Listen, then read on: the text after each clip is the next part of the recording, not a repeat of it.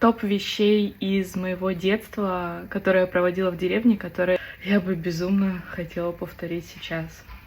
Первое — это сидеть на лавочке, смотреть на деревню и грызть семечки. Ехать куда-то с дедом на Ниве и слушать блатные песни. Так сформировался мой музыкальный вкус. Ходить за коровами. Вечером пригоняли стадо, и мы с дедом шли и встречали наших коров, овец и гнали их домой. Но мы выходили прям настолько заранее, чтобы успеть обойти еще пол в деревне и со всеми поговорить. Купаться вот в такой бочке или колесе от трактора, где была вода, которой поливали огород. Мне постоянно не разрешали купаться в этой бочке, но я всегда очень сильно хотела, и когда мне это удавалось, я была просто настолько счастлива, вот просто вот в этой лягушатне.